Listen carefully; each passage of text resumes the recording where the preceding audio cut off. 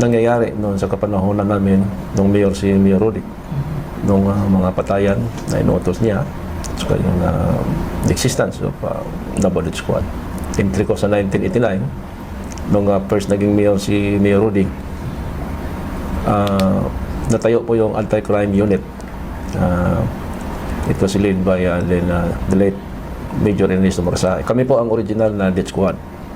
Mga ni Mayor noon, halos mga kriminal involved ng robbery, kidnapping, illegal drugs, etc. Basta mga kriminal. Sa mindset ko, especially sa akin, sa mga kasamahan ko, it is a noble thing kasi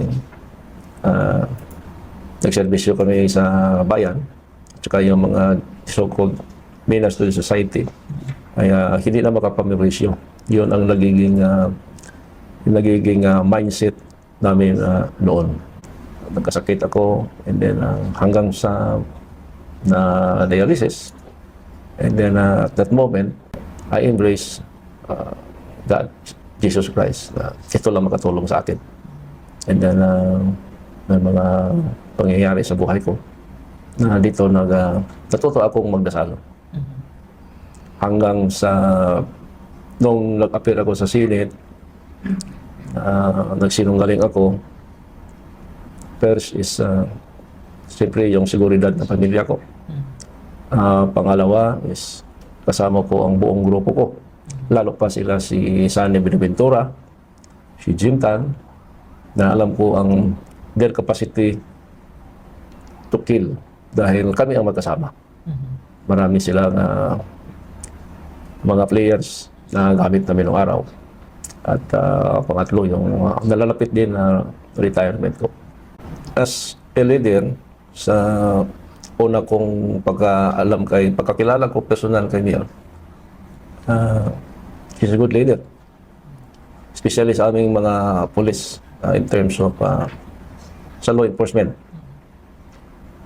Sa kanya namang sabihin natin sa kanya personality is dahil hindi naman ako araw-araw sumasama sa kanya, pagkaalam ko lang sa kanya is marami siyang babae sa buhay niya.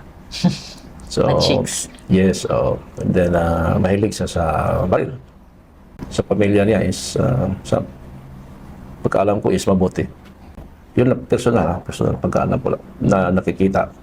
Motor at saka baril. Tigas ang puso niya kasi inuutosan niya kami na patayin yung mga kriminal. Mainit ang ulo niya is meron siyang temper na kung i-describe ko in sarili ko lang parang he has this momentum of lethal temper because he can easily summon us or somebody to kill someone as he wish. Yun ang sarili kong description sa kanya, sa kanyang temper. Pagka gusto niya, papatay niya. Based on my experience, si Mayor is maawain din. Pero sa mga kriminal, hindi. Ang soft spot niya na pagkaalam ko is yung mga inaabuso. Lalo pa sa mga biktima ng krimen. Ganito po yun. Nung nagsinungaling po ako sa maliban yung nakadialysis ako, nag-iisa ako sa isang kondo na dirintahan ko. There were some bad dreams na dumating sa akin na I was visited by a devil. When pa wala na nga akong bisita, yung pang demonyo na naging bisita ko. And then, na-picture ko ang sarili ko noon as talagang napakasama ko pala. So, doon natuto akong magdasal. And then, nag-appear ako sa Senate. Ano pa nung nagsinungaling ako sa Senate. Mga 1 week after noon, is lumapit ako sa isang kakilala kong madre. Galing Davao, pero dito sa Manila na. Naghingi ako sa kanya na sorry. And then, doon first kong i-express yung totoong pagkatao ko. Pakita ko na talagang nagsinungaling ako. And then, sinabi ko sa kanya na meron akong in fact, written confession. So, nagpatulong ako sa kanya na makahingi ng audience to a press Hindi ko lang bagitin yung pangalan. Okay. So sabi niya, kung kailan ko gusto, Kailan po ito? What year? Anong month? 2016, after my appearance sa Senate. Then sinabi ko sa kanya na palampasin ko lang yung retirement age ko. And then kung pwede, babalik ako sa Manila. Dahil i-confess ko lahat yung, ibigay ko yung written confession ko. So tinawagan ako ng December 19 ni yung madre. And then December 22, dito ako. Na-meet ko personal yung giwis ko na press. And doon, hindi naman isang confession kasi may mga madre na audience. Gumawa ko ng isang oral testimony sa lahat ng mga previous na nangyayari na patayan at saka yung sa buong pagkatao ko na bunga ng kampanya ni Mayor Rodi noon against illegal drugs and criminality. Si press and itong mga madre, yung isang kumbento dito sa Metro Manila. Then doon binigay ko yung written testimony ko as i-prove na totoo ang sinasabi ko. March yun, Holy Thursday and Good Friday. Hindi ako nakamali. March 22. Is, ako mismo nagtaka bakit gano'n kaganda daw ang English ko. Well, in fact, nag-aral naman ako ng law, 4th year law ako. Yes. Yes. And then lahat lang ng ma-recall ko sa mga ginagawa ko is sinusulat ko. At saka lahat naman ng lumalabas sa mind ko, that particular na ginasulat ko. Hindi naman continuing yung pagsulat. Lahat lang na pumapasok na ma-recall ko is gisulat ko para ma-review ko. At the same time, may mga lapses pero ang importante doon, yung contents ng the sinfulness of my person. Yun talaga ang hindi ko makakaya na pag namatay ako dalhin ko sa libingan ko. So I promise sa sarili ko na ilalabas ko ito. Tinibigay ko sa simbahan. Sa umaga yung Good Friday, parang sa hapon, and then sa gabi. And then, yun, continuing na Saturday, Sunday. Hindi naman buong araw na ano. Yun lang ma-recall ko. Then, sinulat ko kasi yung personal ko na parang autobiography, sinulat ko na rin doon. So, lahat ng ma-remember ko lang. Pero yung pinaka-focus ko is yung mga major crime na nagawa ko at ng grupo ko. Ganito po. Noong period of 1989 up to the middle of 1998, natayo po yung Anti-Organized Crime Task Force. Una po yun as Anti-Crime Unit. It was led by Major Makasaet. And then ang kanyang deputy is Major Asintista. SPO for Dick Loribel, SPO for Ben Laon, SPO for Fulgencio Pabo, SPO 3 Jerry Baguhin, SPO 3 na Teodoro Pagidopon, myself, and then PO2 Jun Narisma. Parang kami ang inner group. Then isa ako sa pinaka-junior na naging grupo ng mga veteran ng mga pulis. At that time, yung pagbalik ko sa serbisyo is siguro is middle 30s. Ganun. Then meron kami mga force multiplier. Ito naman ay hinawakan ng tatlong grupo ito kung tama ang pagka-remember ko. Group ng rebel returnees ng Agdao, ang handler na police is si SPO for Ben Laon. Yun namang leader ng mga rebel returnees is si Chris Lanay. Dito naman sa rebel returnees ng Bangkiruhan Group, ito naman ay led by Lodi Pagidopon, rebel returnees din. Ang handler naman dito is yung pinsan niya, si SPO3, Teodoro Pagidopon. Entry namin sa grupo namin by 1998 is ito si Jim Tan na noon ay naka-assign siya sa Santa Ana Police. Na-introduce ito sa amin sa akin ni SPO4 Pabo dahil ito siya may grupo rin na hawak ng mga river attorneys from Mandog area. Siya din ang may hawak. Yung ibang grupo ng river attorneys is minsan ginahire ng grupo namin, minsan per hit na lang yung bayad. Usually yung bayad is tag 20,000. Depende sa status or yung ano ng target. Kung medyo sikat-sikat is medyo malaki ang bayad sa kanya. Minsan 100. And then yung kanilang grupo din is ano sila, kumbaga hindi lang sa experience, is parang meron din sila sariling ruling kasi mga dating mga river attorneys.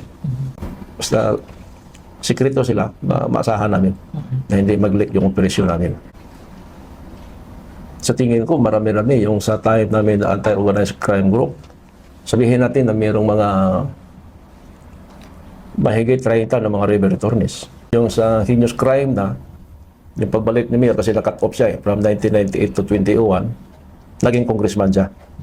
Kami naman, na nasa-assign sa mga malalayong istasyon. Pero doon pa rin kami sa isang safe house dahil inalagaan kami noon ni Mayor de Guzman. True naman sa kanyang dati naming kasama na alter ego niya, si SPO3 Pagidupon. Pero nung bumalik si Mayor sa 2001, natayo yung heinous crime group, which is isa na ako sa nagiging senior. Dito naman, pumasok yung mga new blood na nire-recruit namin.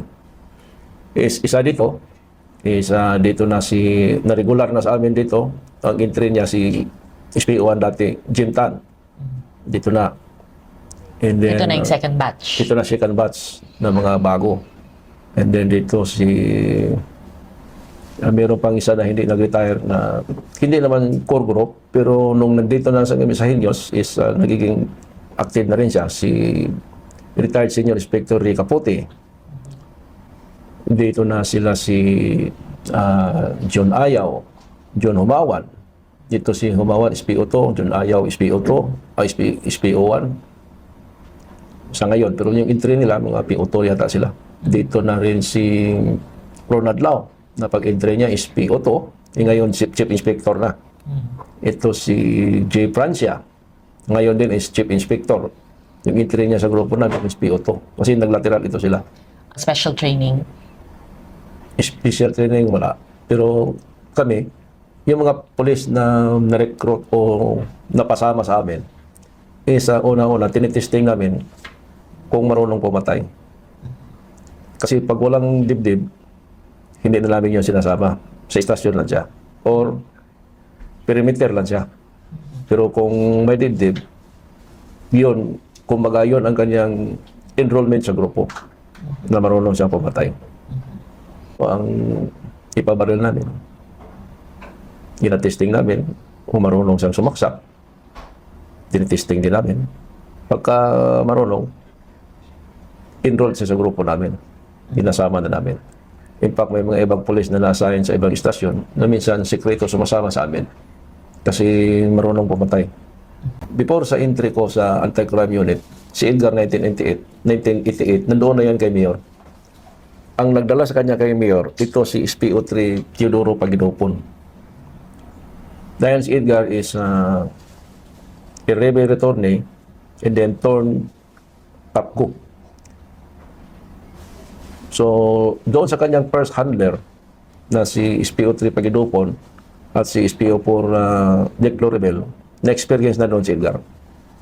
Noong nagkahiwalay ang grupo namin ni Dick Loribel at ni SPO3 Pagidupon, ang grupo namin is naging ako, Major Asentista, SPO4 Pabo, SPO3 Baguhin, and SPO4 Binlaon. Humiwalay kami ngayon. Kasi yun din ang gusto ni Mayor. Kaya nangyari kasi, noon sa mga 1990s, bawat hit namin, bawat sinasabi namin na trabaho, minsan ang binibigay sa amin ni Dick Loribel is pinakamalaki, 1,008 lang. Minsan 3,000. Noong nag-leak ito, na malaki pala ang binibigay minsan ni Mayor, may tindi siya kami trabaho na ang nabigay ni Mayor, mga 300,000. So dito kami, nagkaroon ng parang internal problem. Pinadating namin ito kay Mayor. Then kinausap kami personal ni Mayor. And then pumayag siya na humiwalay ang grupo namin. So ang nangyari, nung mga year 2002, 2003, si Mayor na mismo ang nagbibigay sa amin ng reward personal. Sinisiguro niya na yung para sa amin is makadating sa amin. Siya mismo ang nagbibigay. Siya mismo. Hindi niya dinadaan sa Kay ibang Sunny. tao. Oo. Oo, Hindi na. Hindi na. Pero kalaunan, si Sunny na rin ang pinagtiwalaan niya. Kasi gusto niyang masiguro na yung para sa amin, matanggap talaga namin. Siya mismo ang nag-abot. Hanggang sa si Sunny na ang nagbigay. Kaya doon kay Sunny na, is nabibigay kami kay Sunny ng usually 1/3 sa reward. Kung bigyan kami ni Sunny ng 20,000, binibigay namin kay Sunny ang 5. Bibigyan namin sa kanya ang 5,000, minsan kung 3,000. So, meron siyang porsyento, pero usually 1/3. Hanggang sa, siguro, naging enterprising na rin siya. Di-advise niya sa ibang istasyon na maglagay ng kanya-kanyang death squad. And Kaya every time, nagkaroon na kami ng competitor ngayon. Basta sa amin, per experience, meron. Meron siyang komisyon. Yung bata ni General Parparan, si Master Sergeant Donald Gaigas, nadukot namin ito doon somewhere in Kalinan. Kaya lang ito is may collateral damage kasi may babae na nasama. Na akala namin kasama niya. Pero hindi pala, nagkataon lang katabi niya doon sa kanyang sinuupuan. Yung babae naman, as per our interrogation, nag-aabang ng kanyang sasakyan pauwi ng bahay. Nasama yung pagdukot. Yan, nasama siya sa pagtapon doon sa dagat. Kasi usually pag magtapon ng tao sa dagat, usually si Edgar ang gina-utilize ko. bakit po? Because of experience ni Edgar, saka experience din ni Edgar yung laot kasi si Edgar, doon nakatira sa Samal. So, si Edgar ang isa sa halos kasama-kasama namin kung magtapon ng bangkay sa dagat. Yun ang nangyari sa yung mga tauhan ni Palparan. Isang tauhan niya, then isang collateral damage na taga Davao. So, hindi na nahanap yung katawan ni Kaigas? Nakita po. Nakita? Yeah, nakita yan mga after, siguro mga after 3-5 days. Doon nakalutang na sa somewhere in Davao Sur. Nakita yun. Packing tape, pero meron siyang kasi binalahan namin yun na mga mabibigat na bagay. Yung hindi ko nagkamali, yung isa sa nabala sa kanya is yung jack ng truck. Parang ganun. Pero lumutang din. Binalot, tinali sa katawan Tinali niya. sa katawan niya. Pati yung babae, nakatali din yan Pero lumutang rin. Lumutang kaya nga is before yun sila is yung mga supporter ni Speaker Nograles is nagrally pa doon malapit sa City Hall ng Davao Pinarid yung katawan. Hindi pa rin nila. Identified si Tata kay Vice Mayor Binay. Baka magkaroon ng problema. Kasi si Mayor tatakbo. So, sabi ni Sunny is, sige, pag-usapan natin ulit. Pero nung kami ni Jim din nagkausap kami dyan, medyo alanganin din siya. Nakita din yan, Ako talaga noon is, nawala na yung interest ko dahil una-una may sakit na ako. At pangalawa naman, may parabang ipasubo na kami ng gusto ni Sunny. So, isa din yun na medyo meron na siyang kunting mga alinlangan sa akin. Kasi parang pangalawa ko na yung tanggi o yung, pero yung kay Colonel Magasain is talagang ginawa namin yung gusto niya. Kaya lang hindi na materialize. Hindi na nabot na-stroke yung matanda, namatay. So, yun para sa akin is isang divine intervention para sa akin na hindi ako ang nakapatay sa ninong ko. Ninong ko kasi si Colonel Magasain sa kasal. Because of my loyalty to Mayor. Mabait kasi si Mayor sa akin. Malaki ang allowance ko sa kanya. Kahit naninong niyo si Colonel Makasain? Yes.